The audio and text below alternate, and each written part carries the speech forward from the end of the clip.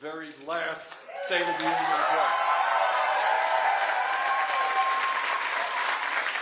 And let me take this opportunity to briefly respond to what President Trump said, and equally important, to what he did not say, and what we must do together to create an economy and a government that works for all of us, not just the 1%.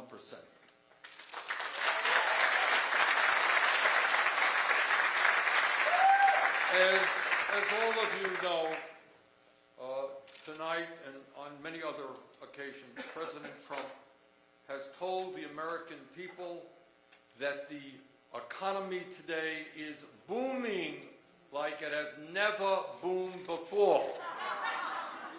Well, in truth, for Trump and his billionaire friends, he is right. The economy is really booming for them. In fact, the wealthiest people in our country have never, ever had it so good, and we are now experiencing more income and wealth inequality than any time in the last 100 years.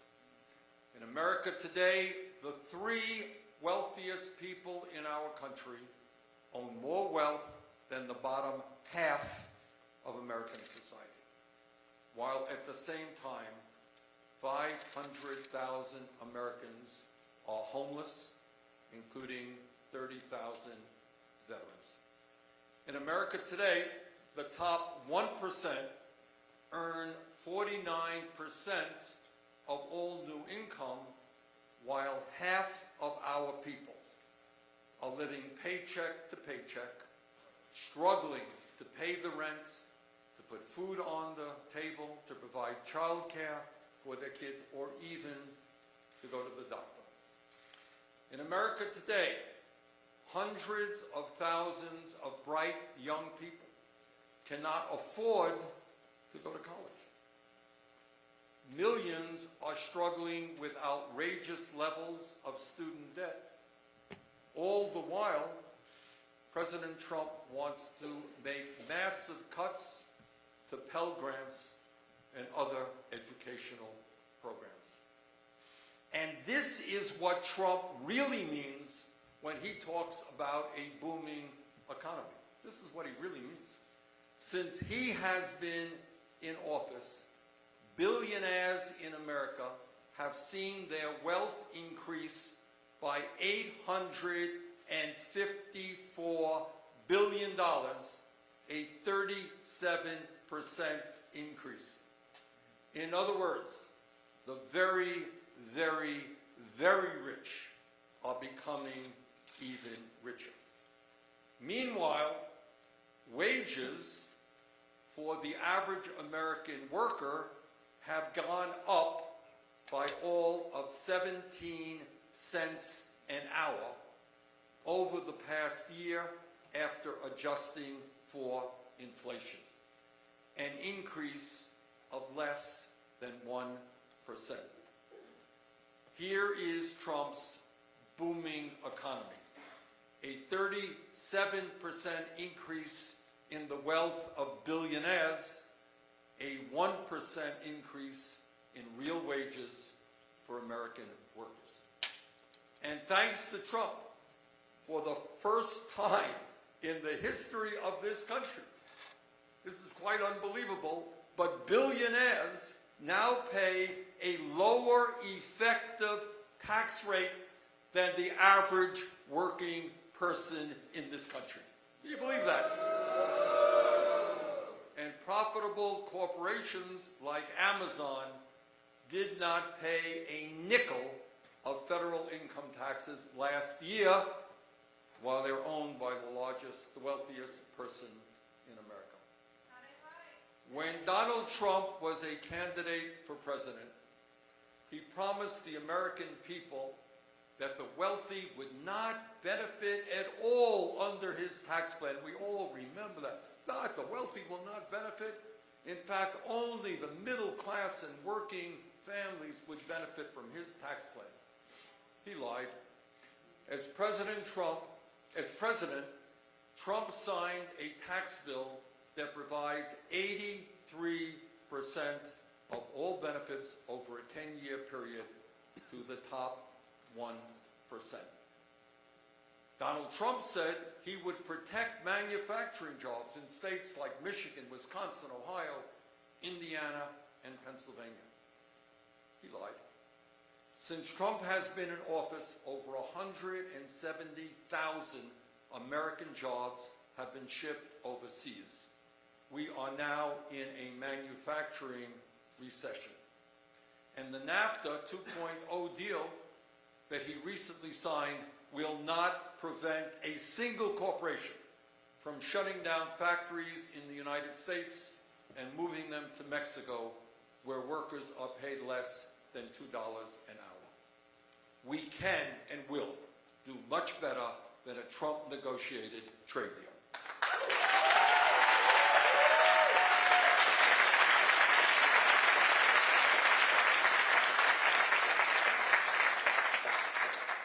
No, President Trump, this is not the strongest economy we've ever had when 87 million Americans are uninsured or underinsured, and millions of Americans have lost their health insurance, President Trump, since you have been in office.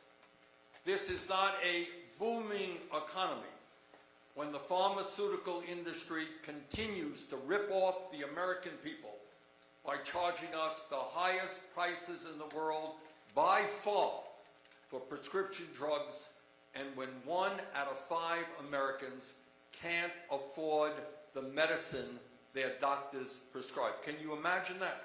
People go to the doctor, they are sick, and they can't even afford to fill the prescriptions their doctors prescribe. In his remarks tonight, Donald Trump talked about the need for America to have the, quote, most affordable, innovative, and high-quality healthcare system on earth. He continued, "We will always protect patients with pre-existing conditions," end quote. Really? How gullible do you think the American people are? This is the same president who came 1 vote away from throwing 32 million Americans off the health care they have and ending the Affordable Care Act's protection for pre-existing conditions. This is also the president who in his last budget proposed a $1.4 trillion in cuts to Medicaid and $845 billion in cuts to Medicare. This is not a booming economy when half of older Americans have no retirement savings and no idea how they will ever be able to retire with any shred of dignity. Now, as important as it is to respond to some of what President Trump said tonight, it is equally important to discuss what Trump refused to talk about. In the year 2020, how can a president of the United States give a State of the Union speech and not mention climate change?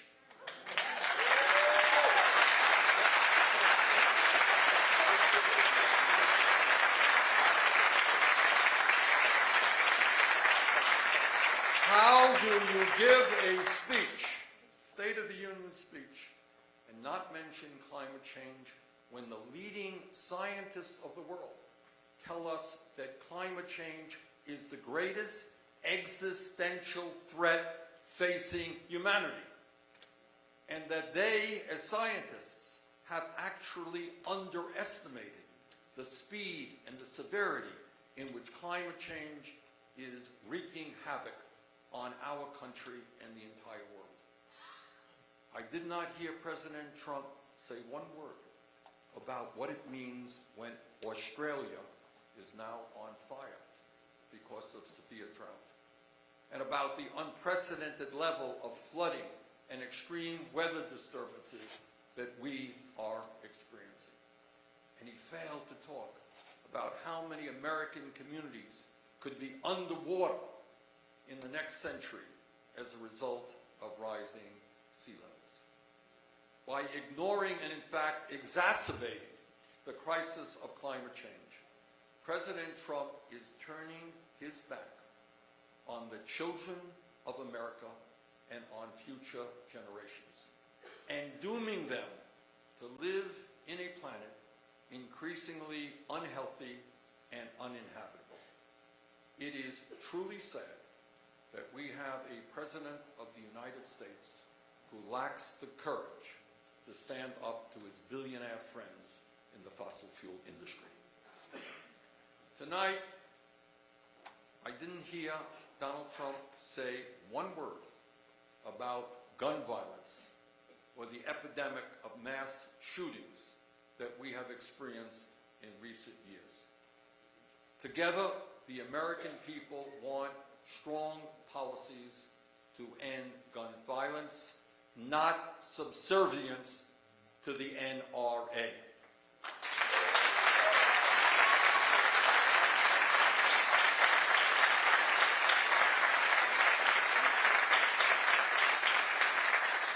Now, if I might, let me share a little bit of good news with you. And that is that after traveling around this country, I am more confident than ever that the American people want a government that is based on the principles of justice and compassion, not greed and corruption.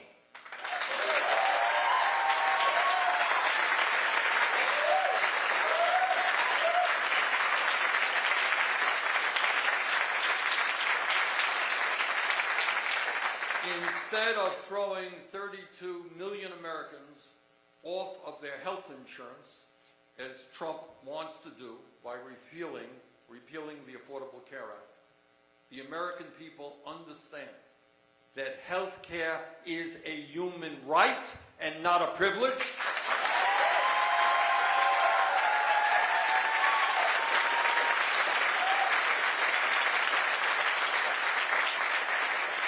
And that we must expand Medicare to cover every man, woman, and child in this country through a Medicare for all single-payer program.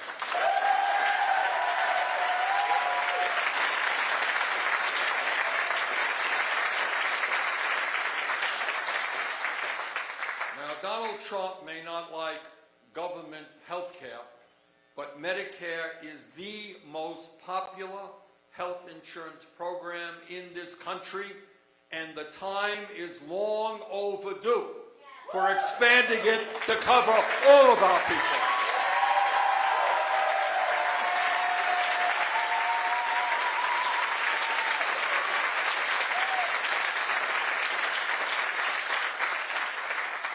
Tonight, President Trump talked about his desire to preserve Social Security. Funny, that's not what he said last month when he was in Davos with his billionaire friends and talked about the need to cut back on entitlement programs. So we say to the President, instead of trying to cut Social Security, we must expand Social Security benefits.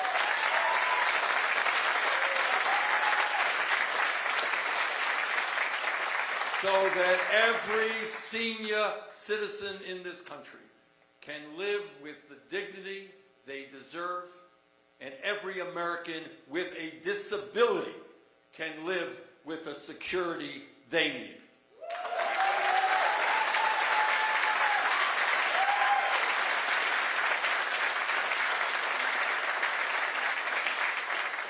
Instead of more tax breaks for billionaires and Wall Street executives, we are going to raise the minimum wage to a living wage, $15 an hour.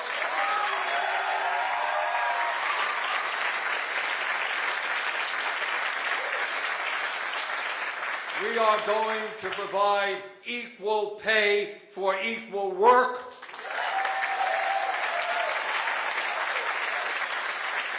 And we are going to make it easier for workers to join unions.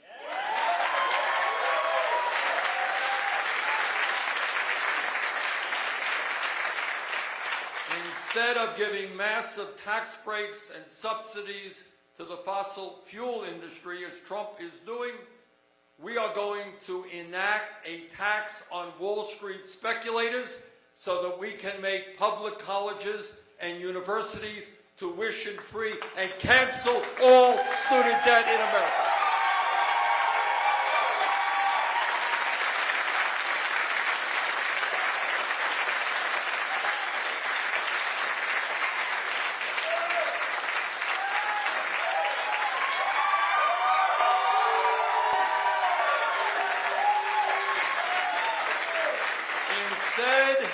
Instead of giving corporate welfare to large companies that are shipping our jobs overseas, we're going to stop providing lucrative federal contracts to corporations that are outsourcing American jobs to low-wage countries.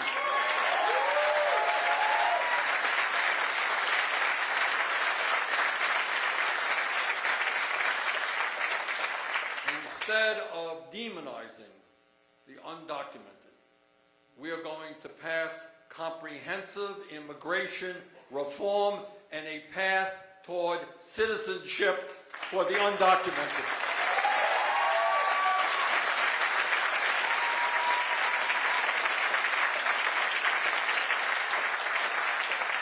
And on day one, we are going to restore the legal status of the 1.8 million young people eligible for the DACA program.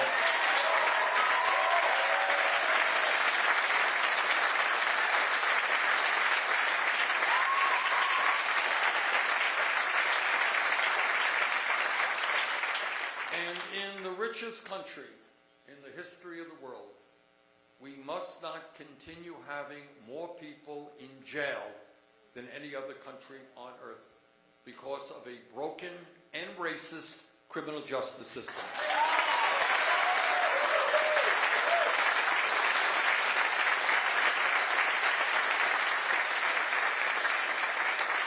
We need to invest in our young people, in jobs and education, not more jails and incarceration.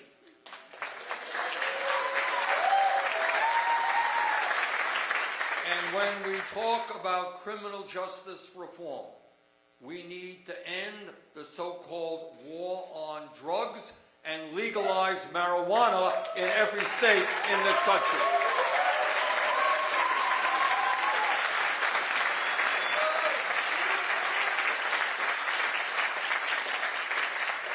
Yes, tonight we have heard Donald Trump talk about deregulation and getting government off the backs of the American people. But if Trump believes that we have to get government off the backs of the American people, then he must understand, and his colleagues and friends must understand, that it is women who must control their own bodies, not the government.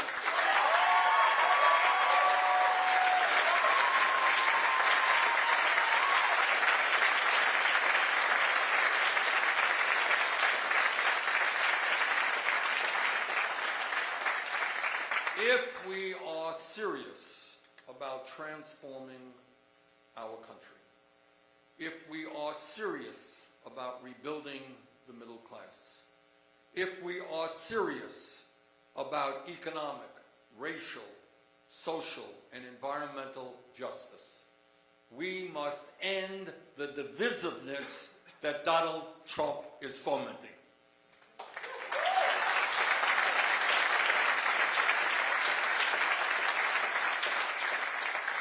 We must bring our people together, black and white, Latino, Native American, Asian American, gay and straight, and create a government based on the principles of justice.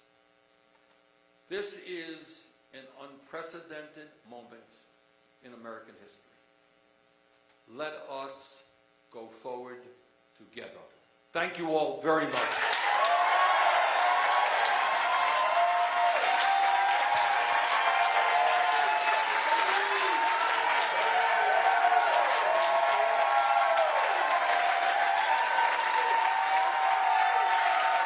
Thank you.